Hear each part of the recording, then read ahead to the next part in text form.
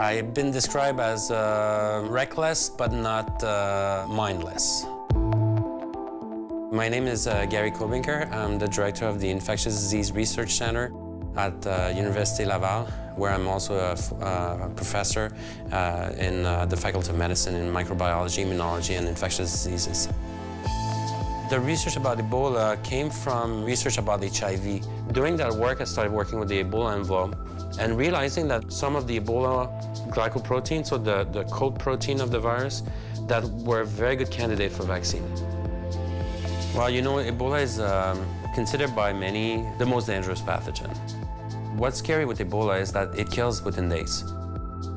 Blood can come out of the mouth, the nose, the eyes, the ears, all the orifices, so it's visually it's disturbing. ZMapp is a cocktail of three monoclonal antibodies developed against Ebola virus. I knew about CHOOSE project on the antibody, and it was very interesting at the time because nobody believed that this could work.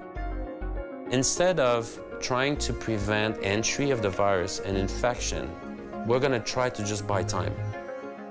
We're going to let the infection settle and start, and then we're going to give the antibody, and that their own defenses would be strong enough to beat the virus.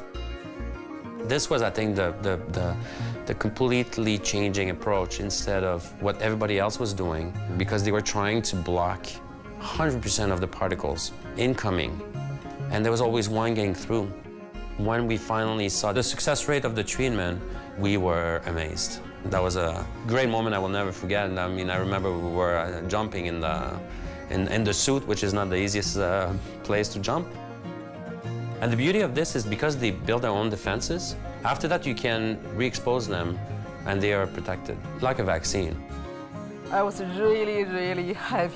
My little son, he was so excited as well. He said, "Oh, my mom, found a cure for Ebola."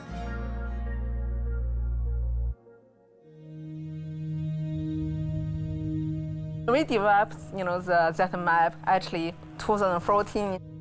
During that time, biggest in history outbreak in West Africa is going on. The West African outbreak was worse than a worst-case scenario. It was global. Many countries involved, with the case being imported to other countries, Nigeria, in Europe, and the US. I did, go to Africa during the outbreak. When we were there, we had a request in Liberia. Two people that were just found positive. One of the infected individual is actually a physician, and he thinks also that this is probably one of the best options to consider. At the end, they decided to use the treatment and saw strong improvement, and both of them survived. It was quite a moment. I think the biggest contribution to this whole thing is not Ebola, as a matter of fact, is the rest of the field of infectious disease. Because this approach now is being used by everybody that is working on the pathogen. I think this is going to play a very important role. I'm very lucky to have a very supportive family. And so every time I'm not at work, I spend time with them. Probably the most important things we have on Earth. My goal for the future is to help the young generation. Doing the one thing I do not say no to anybody is when I'm being asked by a school to go give a presentation. It's always yes. I went through all this thinking that I will help one person in my life.